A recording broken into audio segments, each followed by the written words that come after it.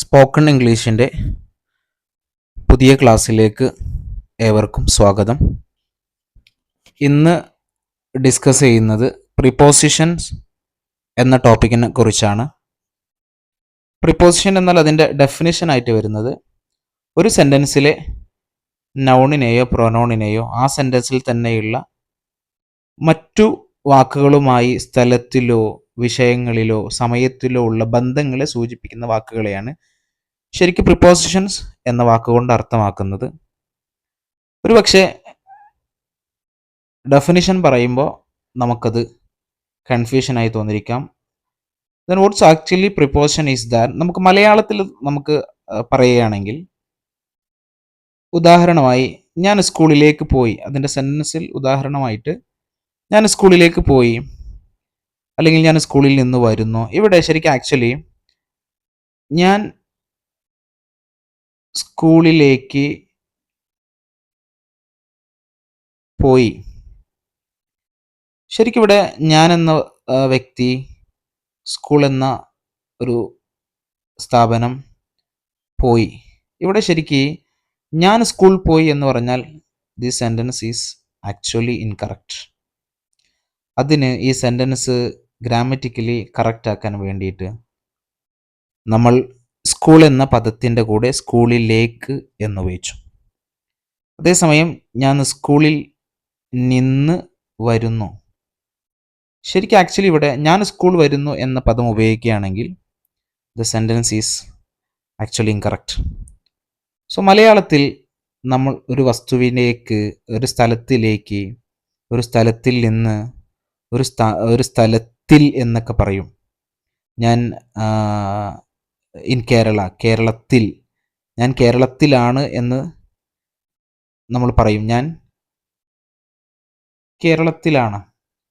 ശരിക്ക് ഇവിടെ ഞാൻ കേരളം ആണ് എന്ന് പറഞ്ഞാൽ the sentence is not fully meaningful അല്ല. അപ്പോൾ ഞാൻ കേരളത്തിലാണ് എന്ന പദമാണ് നമ്മൾ അവിടെ ഉപയോഗിച്ചത്.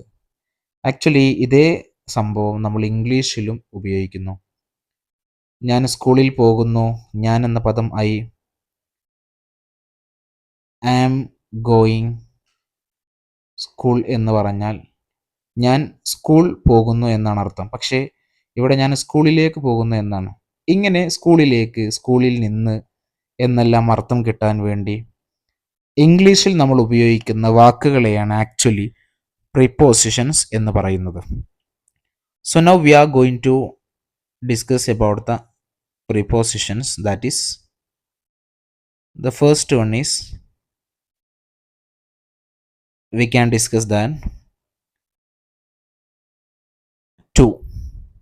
നമ്മൾ ഒരുപാട് പ്രിപ്പോസിഷൻസ് ഉണ്ടെങ്കിലും ഈ ചാപ്റ്ററിൽ ആക്ച്വലി 17 പ്രിപ്പോസിഷൻസ് മാത്രമാണ് നമ്മൾ ഡിസ്കസ് ചെയ്യുന്നത്. The first one is that now we are going to learn one to. To എന്ന് പറഞ്ഞാൽ ഒരു സ്ഥലത്തിലേക്ക്, ഒരു നൗണിന് മുമ്പിൽ ടു എന്നാൽ ഒരു സ്ഥലത്തിലേക്ക് എന്നാണ് അർത്ഥം. ഫോർ എക്സാമ്പിൾ ടു സ്കൂൾ, സ്കൂളിലേക്ക്, ടു ഗ്രൗണ്ട്, ഗ്രൗണ്ടിലേക്ക്, ടു എയർപോർട്ട്, എയർപോർട്ടിലേക്ക്, ടു കൊച്ചി, കൊച്ചിയിലേക്ക്, ടു ദുബായ്, ദുബായിലേക്ക്. ഒരു സ്ഥലത്തിലേക്ക് എന്ന അർത്ഥം ലഭിക്കാൻ വേണ്ടിയിട്ട് നമ്മൾ ദ പ്രിപ്പോസിഷൻ യൂസ് ചെയ്തത് ടു എന്നാണ്. ഇനി നിങ്ങൾ നിങ്ങളുടെ ബുക്കിലെ ഈ ഒരു 5 സ്പേസ് തന്നിട്ടുണ്ട്. ഈ 5 സ്ഥലങ്ങളിൽ 5 ഉദാഹരണങ്ങൾ ടു എന്ന് ഉപയോഗിച്ചുകൊണ്ടുള്ള 5 ഉദാഹരണം നിങ്ങൾ എഴുതുക. രണ്ടാമതായി നമ്മൾ ഡിസ്കസ് ചെയ്യുന്നത് the preposition is that it is from. നമ്മൾ നേരത്തെ ടു എന്നത് ഒരു സ്ഥലത്തിലേക്ക് എന്നല്ലേ ഉപയോഗിച്ചത്.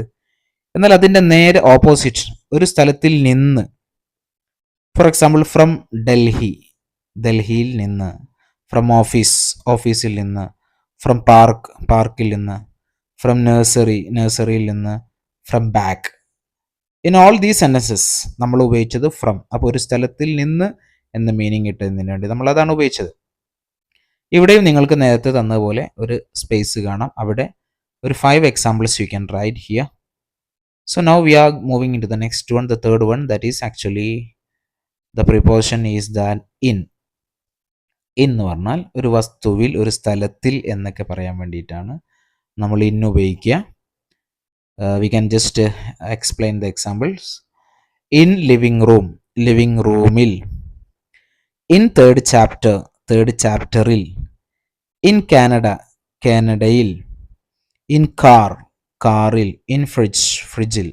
സോ ഹിയർ നമ്മളൊരു സ്ഥലത്തിൽ എന്നർത്ഥം കിട്ടാൻ വേണ്ടി we just used the in. ഇന്നിന് വേറെയും ഉപയോഗങ്ങളുണ്ട്, നമ്മൾ വളരെ പ്രധാനപ്പെട്ട ഒരു ഉപയോഗം മാത്രമാണ് ഇവിടെ പറഞ്ഞത്. ദെൻ ഇതുപോലെ ഒരു 5 example you can right that.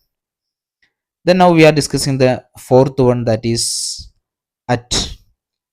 at എന്ന് പറഞ്ഞാൽ നമ്മൾ നേരത്തെ പറഞ്ഞ പോലെ ഇന്നും അറ്റും ഒരേപോലെയാണ്. But there is a difference is that നമ്മൾ ഇൻ എന്ന് പറയുമ്പോൾ ഒന്നുകൂടെ എക്സാക്റ്റ്, ഒന്നുകൂടെ കറക്റ്റ് ലൊക്കേഷനെ സൂചിപ്പിക്കുകയാണെങ്കിൽ ഇന്നിനേക്കാൾ പകരം നമുക്ക് ഏറ്റവും ഉപയോഗിക്കാൻ നല്ലത് അറ്റാണ്. ഉദാഹരണമായി പറഞ്ഞാൽ നമ്മൾ എല്ലാവരും ഒരു മ്യൂസിയം സന്ദർശിക്കാൻ പോയി. ആ മ്യൂസിയം സന്ദർശിക്കാൻ പോയ സമയത്ത് നമ്മളെ കൂട്ടുകാരനെ നമുക്ക് പെട്ടെന്ന് മിസ് ചെയ്യുന്നു. നമ്മൾ അവനെ ഫോണിൽ വിളിക്കുന്നു, എടാ നീ എവിടെയാണ് എന്ന് പറഞ്ഞാൽ അയാൾ മ്യൂസിയത്തിലാണെന്ന് പറഞ്ഞാൽ ആ ഉത്തരത്തിന് ഒരർത്ഥവുമില്ല. കാരണം we are already there in the museum. നമ്മളെല്ലാവരും മ്യൂസിയത്തിൽ നിൽക്കുകയാണ്. ആ മ്യൂസിയത്തിൽ നീ എവിടെയാണ് എന്നാണ് ആ ചോദ്യത്തിൻ്റെ അർത്ഥം. അവിടെ അദ്ദേഹം അറിയേണ്ടത് I M at the entrance, ഞാൻ എൻട്രൻസിലാണ്. ശരിക്കും ഇവിടെ ആ കറക്റ്റ് ലൊക്കേഷനെ സൂചിപ്പിക്കാൻ വേണ്ടിയിട്ടാണ് അറ്റ് ഉപയോഗിച്ചത്. അതുകൊണ്ട് അറ്റ് ബസ് സ്റ്റോപ്പിൽ, അറ്റ് ട്രാഫിക് ലൈനിൽ, അറ്റ് എൻട്രൻസിൽ, അറ്റ് ഓഫീസിൽ, അറ്റ് മെയിൻ ഗേറ്റിൽ. ഇവിടെയൊക്കെ കറക്റ്റ് ആ കൃത്യമായ പൊസിഷനെ സൂചിപ്പിക്കാൻ വേണ്ടിയിട്ടാണ് അറ്റ് ഉപയോഗിക്കുന്നത്. ഇതേപോലെ you have the space to write the examples, and after that now we are just learning the fifth one, that is on. എന്നാൽ ചില വസ്തുക്കൾ നമ്മൾ ഇൻ അറ്റൊക്കെ ഉപയോഗിച്ചു, ഇന്ന സ്ഥലത്തിൽ ഇന്ന വസ്തുവിൽ നിന്നൊക്കെ ഉപയോഗിച്ചു. എന്നാൽ ചില വസ്തു നമുക്ക് പ്രതലത്തിൽ നിന്നും ഫ്ലോറിൽ നിന്നും ഒരു ഉയർന്ന സ്ഥലമായിട്ടായിരിക്കും നമുക്ക് ഫീൽ ചെയ്യുക. അങ്ങനെ ഉയർന്ന സ്ഥലത്തിൻ്റെ മുകളിലാണ് ഒരു വസ്തു എങ്കിൽ അതിനെ സൂചിപ്പിക്കുന്നതാണ് on table. So here on ടേബിളിൻ്റെ മുകളിൽ. അപ്പോൾ ടേബിൾ എന്നത് ഒരു ഉയർന്ന സ്ഥലമാണ്. അപ്പോൾ ആ ഉയർന്ന സ്ഥലത്തിൽ എന്ന് സൂചിപ്പിക്കാൻ വേണ്ടിയിട്ടാണ് ഓൺ ഉപയോഗിക്കുന്നത്. ഓൺ ഫ്ലോർ അതൊരു പ്രയോഗമാണ്. നിലത്ത് എന്നതിന് ശരിക്ക് ഓൺ ഫ്ലോർ ആണ് ഉപയോഗിക്കുക.